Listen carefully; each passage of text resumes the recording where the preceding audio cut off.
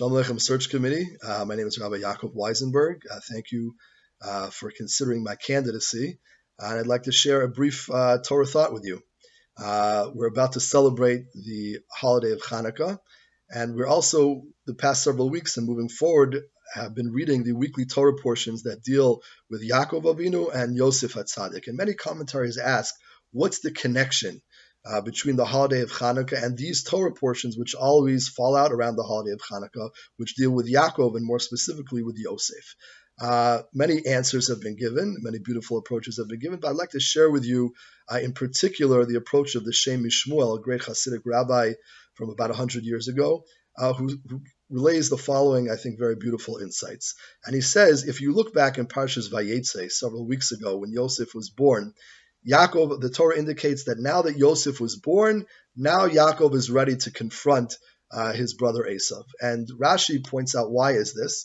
He says, because now that Yosef HaTzadik is born, I feel confident in confronting Esav because Yosef is the Sitno Shel Esav. He's the arch opponent of Esav, and now that I have him to help me, I feel confident that I can overcome any challenges that Esav would pose. And Rashi quotes a pasuk from Ovadia. The verse says, the house of Yaakov will be fire, the house of Joseph will be a flame, and the house of Esav will be straw, meaning straw is easily flammable material, will be easily consumed by the fire of Yaakov and the flame of Joseph. Now, what do these concepts, flame and fire, represent? So the Shem Mishmuel explains that a fire is basically the part of the flame which is close to the wick. It's the part which is near, it's the base, essentially, the core of the fire. The flame is the part of the fire or that extends beyond the wick and outward and impacts its surroundings. And in fact, Rashi also indicates that as well, that Aish is the part of the flame around the wick, and the lahava is the Hebrew word. The flame is sholet lemerachok, has an impact on things even at a distance, not only around its immediate environs, but even it impacts things at a distance. So having this duality in mind, the Shem Mishmuel actually applies it to Hanukkah as well. The Talmud says, the Gemara says, the ideal place for the Hanukkah menorah is mi Pesach Beiso mi bachutz, at the outside of the entrance of one's home, by the public street, by the public thoroughfare where everyone can see it. But it says that actually that the mezuzah is outside the doorpost, and it says that the mezuzah is miyamin. Actually, on the doorpost, we know in a Jewish home and in Jewish rooms, in the Jewish home, there was a mezuzah on the right side, and on the left side, ner Chanukah mismol. It says actually opposite the mezuzah, on the other side of the doorpost, on the left side of the doorpost going into the home, is the place to put the ner Chanukah. And the Shem Mishmuel says that this dichotomy is just not happenstance, that these are two things connected to the home, the mezuzah on the right side of the doorpost and the ner Chanukah on the outside, on the left side, opposite the mezuzah. He says these things represent the dichotomy of Yaakov and Yosef on the one hand, and fire and flame on the other hand. He says, what is the purpose of a mezuzah? Mezuzah is a shmirah, is a protection for the house. It's supposed to keep outside damaging influences out of the house. It's a protection, a shmirah for the bayit, the Talmud says. And then on the other side, you have the menorah. What's the job of the menorah? The job of the menorah is to illuminate, is to light up the darkness. And in fact, the menorah is placed specifically outside the home, by the street, in the Reshut HaRabim, in the street.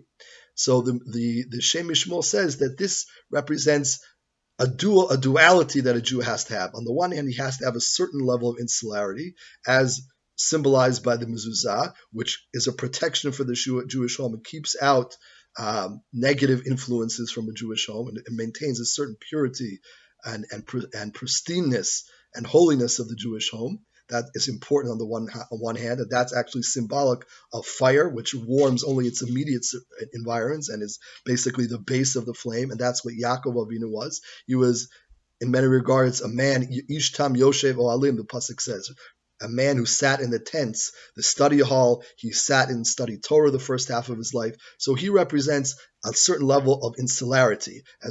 that the mezuzah represents and that the Eish represents. On the other hand, Yosef HaTzadik was one who went out. He became the viceroy of the greatest empire, perhaps at the time, the Egyptian Empire. He was the second in command, and he was out and about in society, in upper society, in the political echelons. He was one who brought God's name to the outside world. And that's what a lahava, a flame, does. It brings the heat of the fire. It's sholet lemerachok, has an impact even at things that are at a distance from itself.